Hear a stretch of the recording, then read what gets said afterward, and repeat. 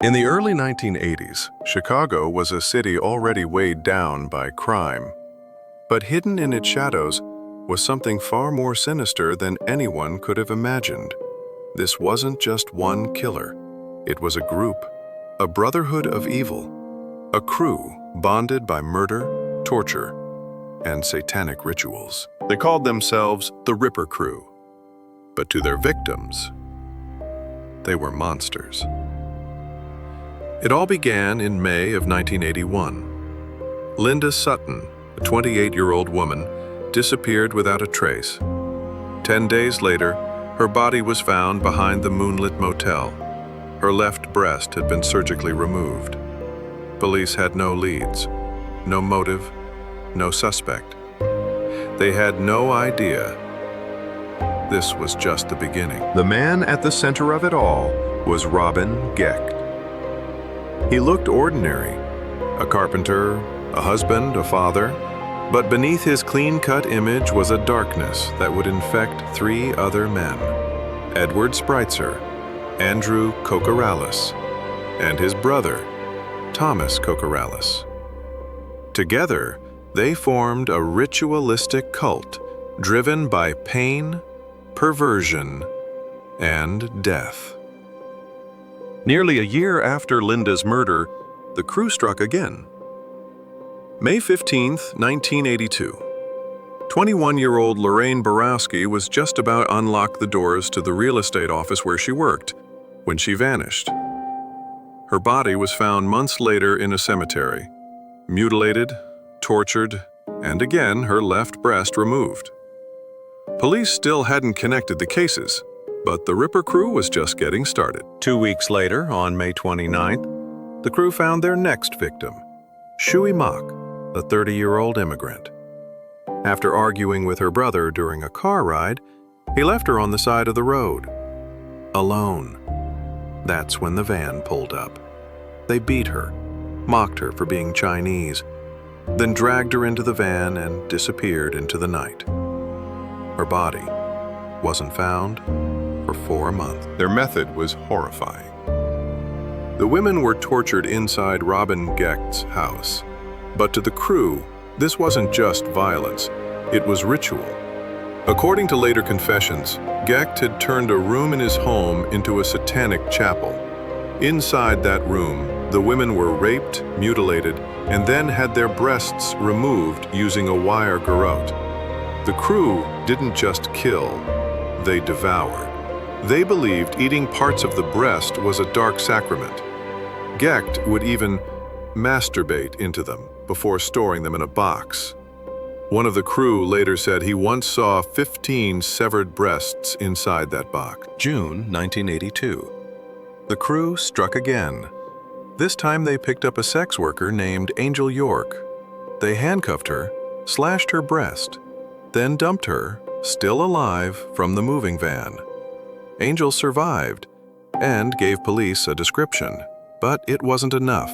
The crew kept going. August 28.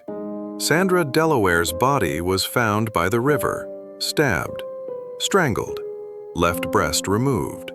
Just days later, September 8, they found Rose Davis in an alley. Same pattern, same horror. Still, police didn't know who was doing this. Then came something different. October 6, 1982. 28-year-old Rafael Tirado and his friend Alberto Rosario were standing near a phone booth when a car slowed beside them. Out came 2 guns. Shots fired. Tirado died. Rosario survived. It seemed random, a drive-by shooting. But it was the same crew, the only male victim, a moment of chaos in a string of calculated evil. Later that day, the crew committed their final known attack. Robin Gecht alone picked up Beverly Washington, another sex worker. He offered her more than she asked for, but she wasn't lucky. Her left breast was amputated, her right breast slashed. He left her by the tracks to die. But she didn't. She survived. And she remembered everything. Beverly's testimony was the breakthrough police needed. She described Gecht in detail. She even described the red and white van used in the attack. police found the van, and with it, the first real link. In 1981, police discovered that Gecht had rented several motel rooms with 3 other men, rooms with doors connecting them. Loud parties, strange behavior. The hotel manager said it felt like some kind of cult. They weren't wrong. One by one, they were brought in. Spritzer cracked first, then the Kokorales brothers. They confessed up to 17 murders. They described Gecht's rituals, the mutilations, the eating, the dark worship. Robin Gecht denied everything. To this day, he still claims he's innocent, but the evidence was overwhelming. In 1983, Gecht was found guilty of attempted murder, rape, and aggravated kidnapping. He was sentenced to 120 years. Judge Francis Mahone looked him in the eye and said, "Only a devil would do these things, a monster." Edward Spritzer was sentenced to death, later changed to life without parole. Andrew Kokorales was executed in 1999, just before Illinois abolished the death penalty. His final words?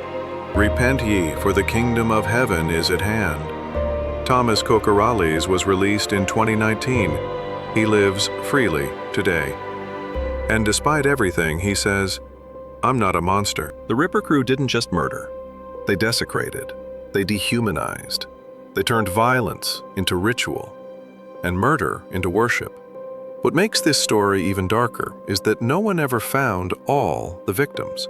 Some believe there are still bodies undiscovered. They operated for just 2 years, but the scars they left behind will last forever. This wasn't just a gang, it was a cult, a brotherhood of pain. And in the heart of Chicago, they turned women's lives into sacrifices for something evil. And if Beverly Washington hadn't survived, they might have never been stopped. If you or someone you know is experiencing violence or abuse, don't stay silent. Help is out there.